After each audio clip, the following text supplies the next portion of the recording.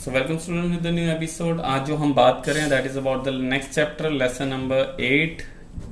New books में lesson number 9 है, यानी कंसेप्ट ऑफ कॉस्ट। हमने लास्ट जो था हमने कंसेप्ट ऑफ कॉस्ट किया था। आज जो हम बात कर रहे हैं बात करेंगे that is about the concept of revenue. Same cost की तरह ही है, जिस तरह से हमने कॉस्ट में दो चीजें की थी। हमने कहा था एक न्यूमेरिकल पढ़ेंगे और एक डायग्राम्स पढ़ेंगे। हम इसमें भी दो ही चीजें करेंगे, एक करेंगे हम न्यूमेरिकल्स और दूसरा हम इसमें करेंगे डायग्राम्स। रिमाइंड दैट जिस तरह से उसके न्यूमेरिकल्स और डायग्राम्स जो थी, न्यूमेरिकल्स पेपर में आते हैं, डायग्राम्स जो हैं वो नेक्स्ट चैप्टर के लिए हैं। अब कंसेप्ट ऑफ कॉस्ट की डायग्राम्स और कंसेप्ट ऑफ रेवेन्यू की डायग्राम्स दोनों यूज करने के बाद हम प्रोड्यूसर इक्विलिब्रियम जो कि हमारा नेक्स्ट चैप्टर है उसमें हम इसको यूटिलाइज करेंगे। जो नेक्स्ट चैप्टर रहेगा वो सिर्फ और सिर्फ क्या रहेगा, बिहाफ रहेगा डायग्राम बेसिस पे।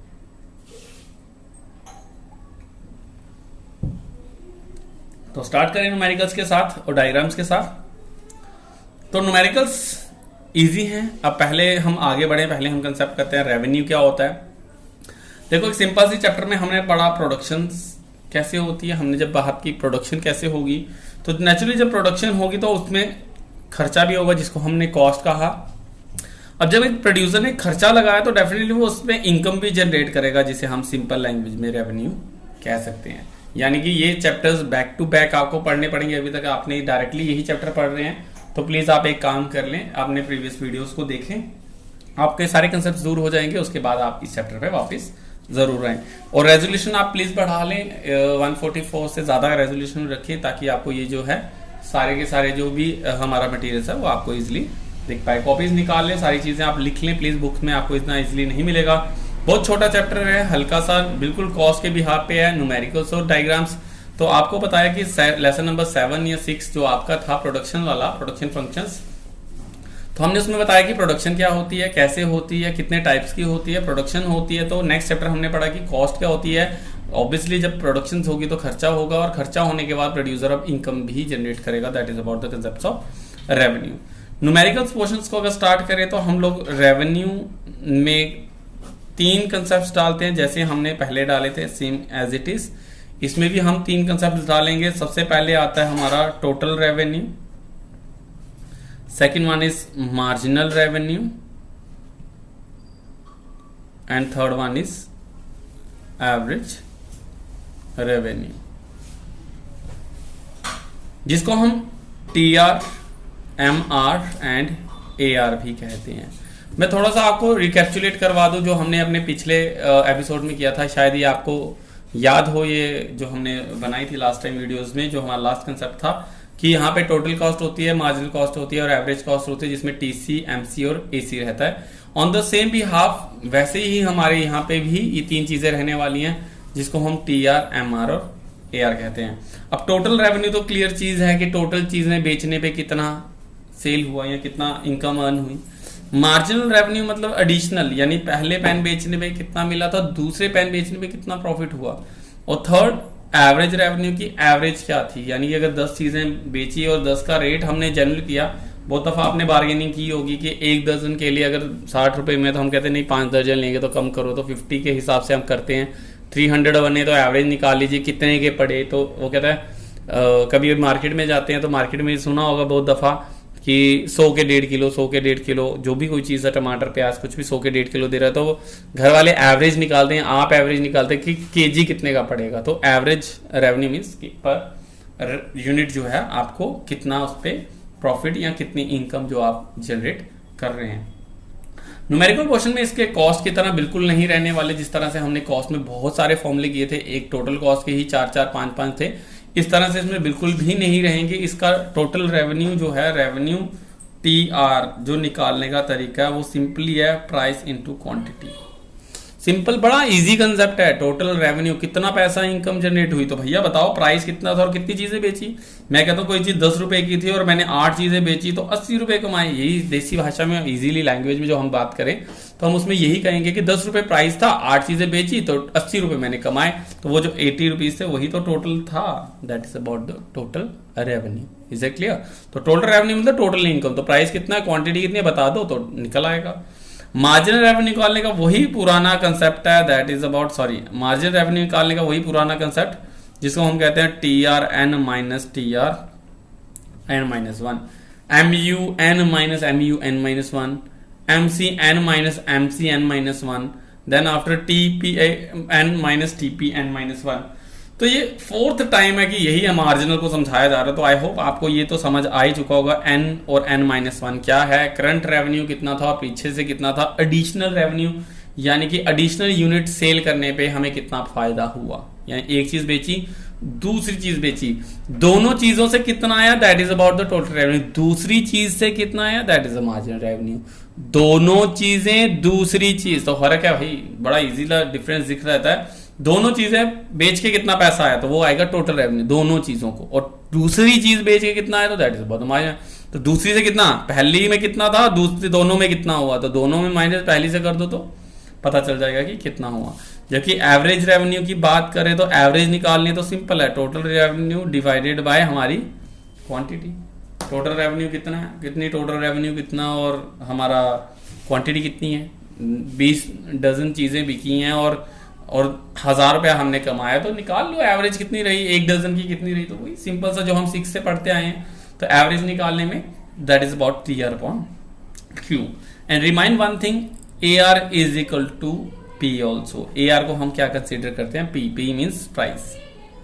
ए आर को हम प्राइस भी कह सकते हैं। क्यों कह सकते हैं, यहां पे देखिए A R is equal to T R upon Q, यहां पे समझ लें ए आर इक्वल टू क्या है, टी आर अपॉन क्यू। अब टी आर क्या था, that is upon P into Q, क्या था, पी इंटू क्यू। तो हम कहते हैं रिप्लेस करेंगे A R is equal to P into Q upon Q. तो अगर क्यू क्यू कैंसिल हो गए तो क्या बचा, A R equal to P. तो यानी कि अगर हमें टी आर निकालने के लिए प्राइस की जगह एवरेज रेवेन्यू भी दिया है तो हम ए आर इंटू क्यू करके भी उसको सॉल्व कर सकते हैं, यानी वो चीज वैसे भी सॉल्व हो सकती है। इसमें न्यूमेरिकल की थोड़ा सा हम हिंट ले लेते हैं। अब न्यूमेरिकल स्टार्ट करते हैं हल्का सा, मैं इन्हीं फॉर्मूलोस को समझा दूं। सपोज कीजिए अगर क्वांटिटी दी हुई है 1 2 3 एंड 4 और यहाँ पे लेट इट भी दिया हुआ है हमें टी आर 10 15 20 एंड 30। तो अगर इसका एम आर निकालना है तो एम आर निकालने का सिंपल सा मेथड है। एम आर कैसे निकलेगा, टी आर एन माइनस 1।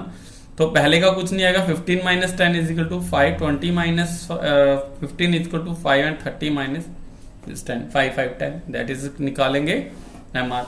और कोई कहता है ए आर निकाल दें तो सिंपल ही है, that is about the T R divided by Q.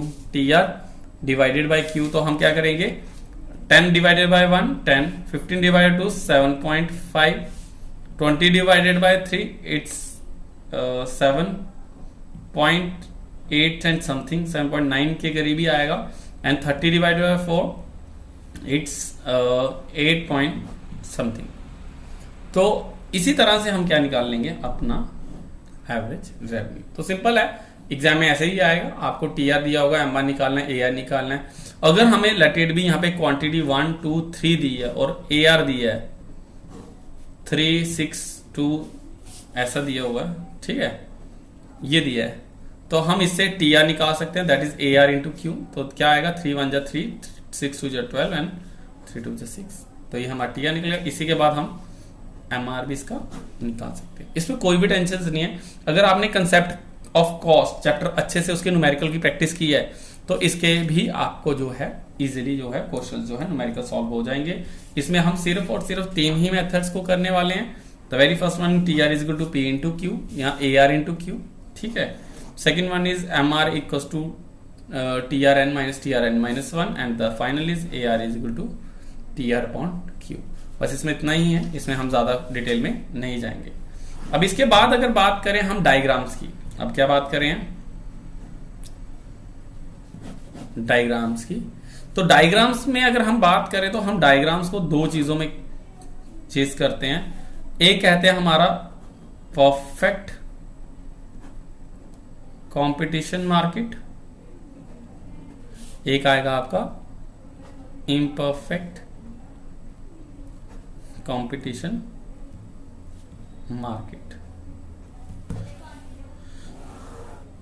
ये देख लीजिए, लिख लें बच्चा साथ साथ, परफेक्ट कंपटीशन मार्केट और इम्परफेक्ट कंपटीशन मार्केट, लिखें जल्दी।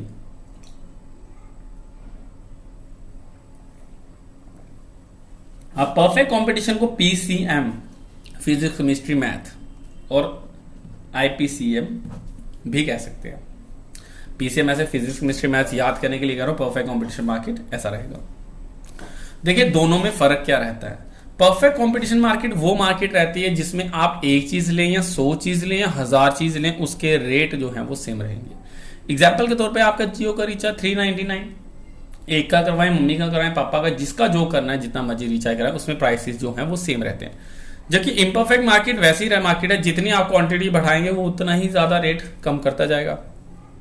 एग्जाम्पल के तौर पे आप समझ लें कि जैसे कि आप राजू स्वीट शॉप या कहीं भी अपने स्वीट शॉप पे जाते हैं और वहां से आप कोई भी स्वीट्स खरीदते हैं, तो डेफिनेटली वो अपना रेट जो है वो डिक्लाइन कर लेते हैं। तो इसमें दोनों में डिफरेंस यही रहता है, इसमें प्राइस जो रहेगा वो फिक्स रहता है, इसमें प्राइस जो होता है वो चेंज हो जाता है, यानी AR चेंज हो सकता है।